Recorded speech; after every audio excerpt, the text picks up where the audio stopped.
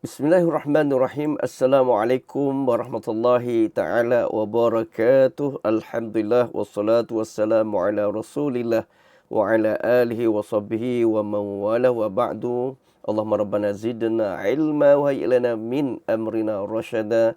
Syukur di atas taufik dan hidayah Allah. Terima kasih kepada Yusim khususnya yang menganjurkan the Second International Conference on Sharia Law and Science 2024. Dan saya dengan rendah diri ingin berkongsi, saya Muhammad Azhar bin Abdullah, dengan rendah diri untuk berkongsi sama-sama membincangkan tajuk tempoh bagi anggapan mati atau mafqud dalam undang-undang keluarga Islam, khususnya yang saya tinjau adalah negara-negara umat Islam.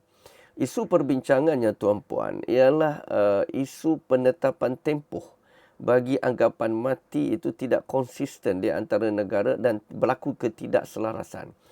Apatah lagi negara kita Malaysia sejak daripada tahun 1965 khususnya dalam Undang-Undang Keluarga Islam menetapkan tempoh 4 tahun, minima 4 tahun, barulah pembubaran perkahwinan itu boleh dilakukan tanpa merincikan situasi yang berlaku.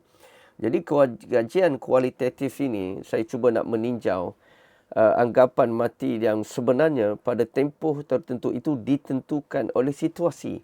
Yang mana situasi khusus akan memendekkan tempoh itu berdasar pada juga ijtihad. Dan juga bagaimana kita dapat melihat tempoh-tempoh yang telah ditetapkan di dalam negara-negara umat Islam khususnya bagi situasi yang lazim boleh mematikan atau membinasakan.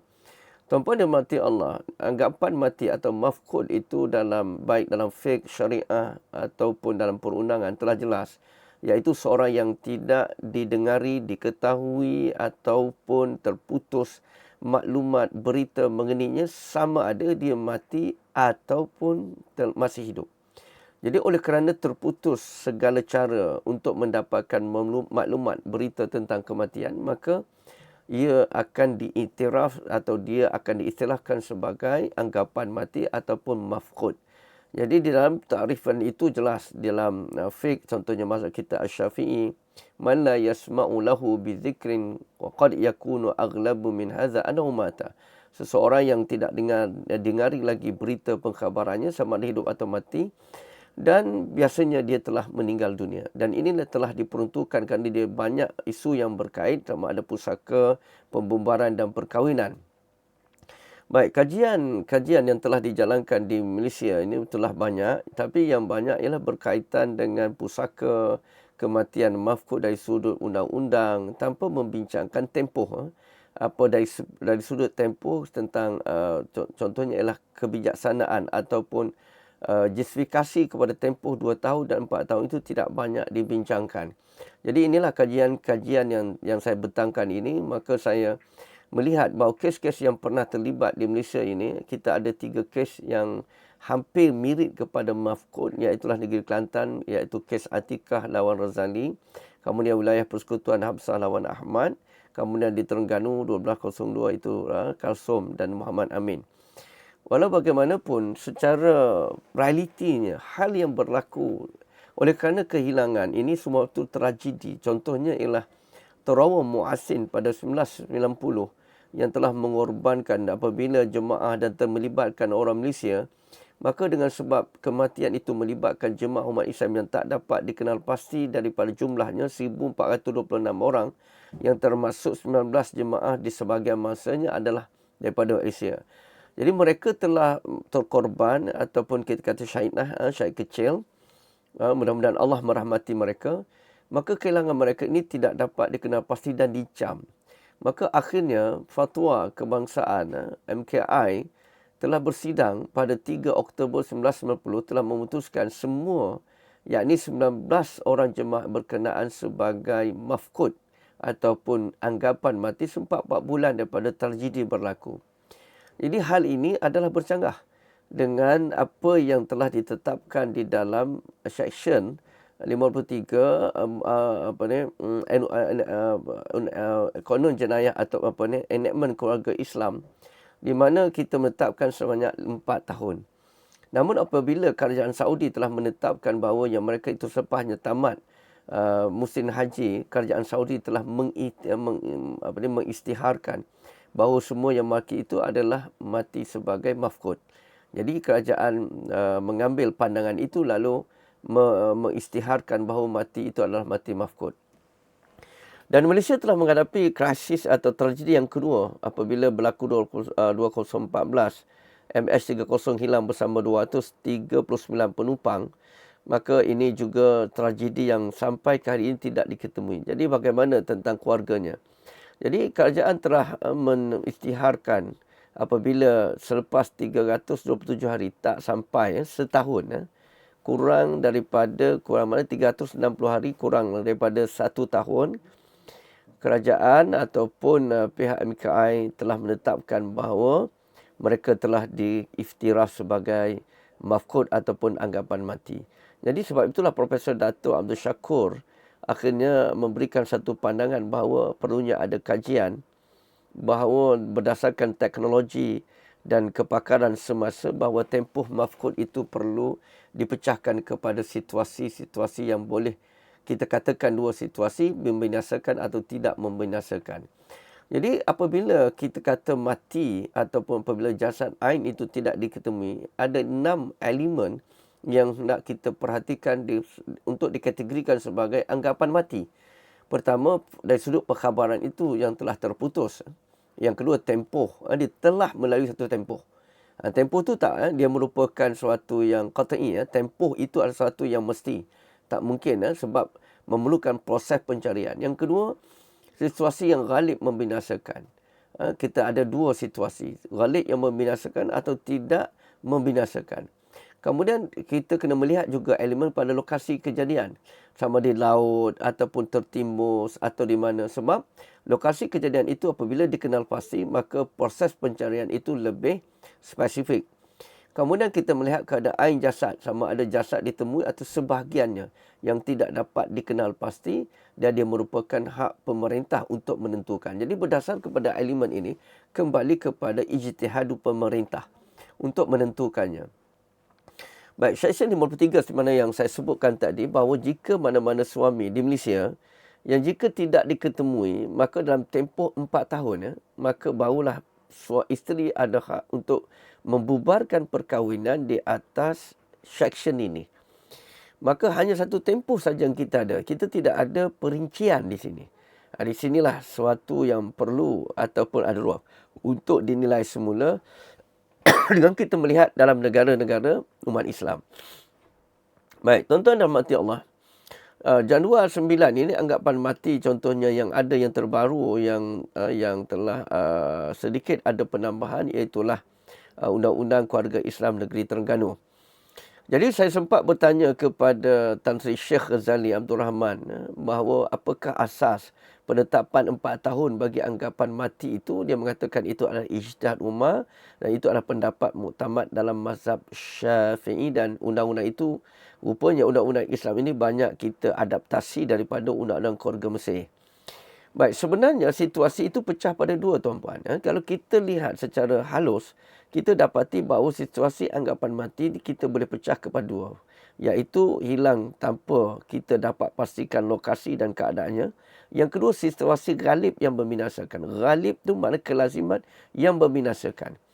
Jadi berdasarkan pada dua situasi ini, kita dapat lihat bahawa tragedi Terawa Mu'assin dan MH370 tadi, dengan skala pencarian yang telah melibatkan kerajaan dan antara bangsa, maka pengisytiharnya tidak menghadapi masalah kerana pihak kerajaan terus mengambil tindakan. Bagaimana dalam situasi B, iaitu satu nelayan hilang di laut.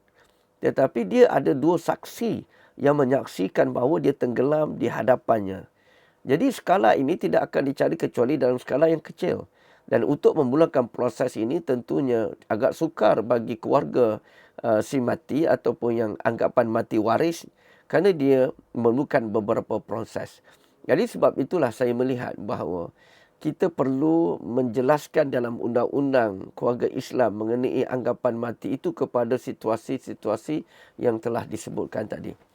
Baik, saya bagi contoh, tuan-tuan. Di Kuching, 16 Julai tahun 23, dia hanyut 3 hari. 3 orang daripada 4 yang diselamatkan di perairan Miri.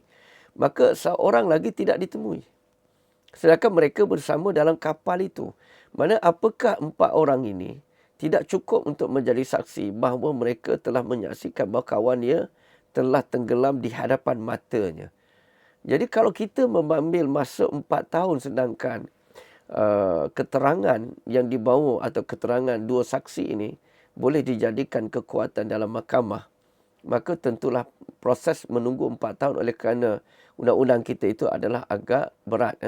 Jadi sebab itu kalau kita tinjau dalam mazhab kita Asy-Syafi'i, contohnya tempoh minima 4 tahun terserah pada pemerintah, tempoh minima 1 tahun. Dalam mazhab Syafi'i itu pun juga khilaf. Kerana itu saya boleh tunjukkan bahawa dalam mazhab Imam Syafi'i jadi ada khilaf dalam 2 pandangan. Walaupun bahkan 3-4 pandangan dalam tempoh anggapan mati itu, termasuk saya kata iza fuqida fi safi yatarabbas imra'atu sanah. Apabila suaminya hilang dalam peperangan, maka hendaklah dia itu boleh tempoh menunggu 1 tahun. Telah ada dalam kitab Fathul Bari yang menyebut tentang isu dalam situasi yang ghalib itu boleh sama ada 1 tahun atau 4 tahun. Jadi berdasarkan keadaan ini, beberapa negara umat Islam, contohnya di Kuwait, kita dapat lihat bahawa dalam kanun Seksyen 146 tahun 1994, syakhsul ladzi yughlabu alaihi lak ba'da arba'asa, ia diputuskan selama 4 tahun daripada tarikh kehilangannya. Namun di Jordan dia perincikan, iaitu tempoh minima 4 tahun bagi kehilangan yang dimaklumi, tetapi 1 tahun bagi kejadian yang biasa menggemparkan ataupun yang lazim mematikan, seperti gempa bumi. Jadi gempa bumi satu tempat lokasi yang dikenal pasti dan proses pencarian telah berlangsung. Maka hal ini ia merupakan satu tempoh yang boleh ditentukan. Kita lihat juga negara Syria, tapi negara Syria maksimum dia kembali kepada tempoh hayat dan minimanya 4 tahun. Mungkin tidak ada perubahan lagi. Tetapi kalau kita lihat di Tunisia, Seksyen 82, bagi kes yang lazim membinasakannya tidak lebih daripada 2 tahun. Maknanya mahkamah hendaklah memutuskan selepas 2 tahun dengan mafkut bagi keadaan yang membinasakan. Dan ini negara Mauritania, dia lagi pendek, iaitu 1 tahun. Dengan mengambil pandangan mazhab yang telah saya sebutkan. Jadi kalau kita lihat dari sudut negara-negara itu tidak selaras antara negara kerana ia adalah ijtihad kepada pemerintah. Negara Sudan, tempoh tengok bagi kelaziman adalah 2 tahun, bagi situasi yang tidak membinasakan selama 4 tahun. Dan begitu juga di Maghribi, tempoh mafkut ialah 1 tahun saja bagi kes yang membinasakan. Maksud membinasakan di sini adalah orang yang keadaan yang pada ghalib dia mati pada keadaan yang tempoh yang tertentukan. Baik, adapun Algeria kekal dalam masa tempoh 4 tahun bagi keadaan yang diharuskan. Manakala Mesir, seperti mana kita tahu, oleh kerana kita mengambil undang-undang Mesir dan saya dapat maklum, sampai ke hari ini dia belum lagi mengubah dan kes terbaru pun dia belum mengubah, iaitulah 4 tahun bagi kes-kes kehilangan itu. Jadi saya rumuskan bahawa cuba kita lihat negara yang Maghribi Mauritania dan juga Jordan memperuntukkan 1 tahun bagi kes yang lazim membinasakan. Tunisia, Sudan sama 2 tahun dan 4 tahun Kuwait, Mesir dan Algeria. Jadi saya rumuskan bahawa peruntukan 4 tahun itu bukanlah sesuatu yang mutlak tanpa boleh diperbaharui, dinilai berdasar kepada situasi-situasi dalam konteks teknologi dan keupayaan mencari pada hari ini yang lebih besar. Kemudian kebanyakan negara telah berijtihad atau menggunakan ruang ijtihad itu dengan menentukan 1 tahun atau 2 tahun atau 4 tahun berdasarkan kepada keperluan siasah bagi negeri masing-masing. Jadi sekadar itu, mudah-mudahan ada kebaikannya. Saya ucapkan terima kasih. Wabillahi taufik wa hidayah. Wassalamualaikum warahmatullahi wabarakatuh.